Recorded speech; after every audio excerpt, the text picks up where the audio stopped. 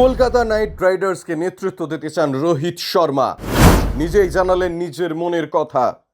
গুজরাট টাইটন্স থেকে মুম্বাই ইন্ডিয়ান্সে হার্দিক পান্ডিয়া যখন এন্ট্রি নেন, তখন থেকেই জল্পনা শুরু হয়ে গিয়েছিল যে এই দলের পরবর্তী অধিনায়ক তিনিই হতে চলেছেন। কিন্তু রোহিত শর্মাকে সরিয়ে যে হার্দিককে অধিনায়ক ঘোষণা করবে মুম্বাই ফ্র্যাঞ্চাইজি, সেটা বোধহয় কেউ দুঃস্বপ্নেও কল্পনা করতে পারেনি।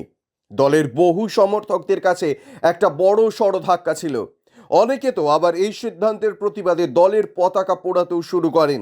গোটা ব্যাপারটাই আপাতত যে যথেষ্ট সংবেদনশীল জায়গায় পৌঁছে গিয়েছে তা নিঃসন্দেহে বলা যেতে পারে। ইতিমধ্যে সোশ্যাল মিডিয়ায় একটি ভিডিও ভাইরাল হতে শুরু করে।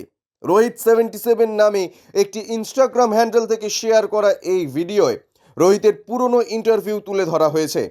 সেখানে প্রশ্নকর্তা মুম্বাই ইন্ডিয়ান্সের সদ্য প্রাক্তন অধিনায়ককে জিজ্ঞাসা করেন যে নীল জার্সির এই দলকে নেতৃত্ব না দিলে আর কোন দলকে তিনি নেতৃত্ব দিতে পছন্দ করতেন। জবাবে রোহিত বলেন, ইডেন গার্ডেন্স বরাবরই আমার খুব প্রিয় একটা মাঠ। ইডেন গার্ডেন্সের কাছে আমার কেরিয়ারের বেশ কিছু মুহূর্ত ঋণী হয়ে রয়েছে, ফলে আমি কলকাতা নাইট রাইডার্সকেই নেতৃত্ব দিতে চাইতাম। এই প্রসঙ্গে আপনাদের জানিয়ে রাখি, মুম্বাই ইন্ডিয়ান্সের কাছেও এই সিদ্ধান্ত গ্রহণ অবশ্যই একেবারে সহজ ছিল না। তবে গত 3 মরশুমে তারা একবারও খেতাব জয় করতে পারেননি।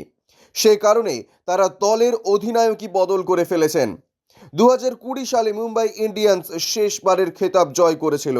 এরপর 2021 এবং 2022 সালে তারা প্লে অফও কোয়ালিফাই করতে পারেননি। 2022 সালে অবস্থা এতটাই খারাপ হয়েছিল যে পয়েন্ট টেবিলে 10 নম্বরে দাঁড়িয়ে তারা আইপিএল অভিযান শেষ করে। 2023 সালে এই দলটা প্লে অফ কোয়ালিফাই করতে পারলেও ফাইনাল পর্যন্ত আর পৌঁছতে পারেনি। Bureau report, UJ news.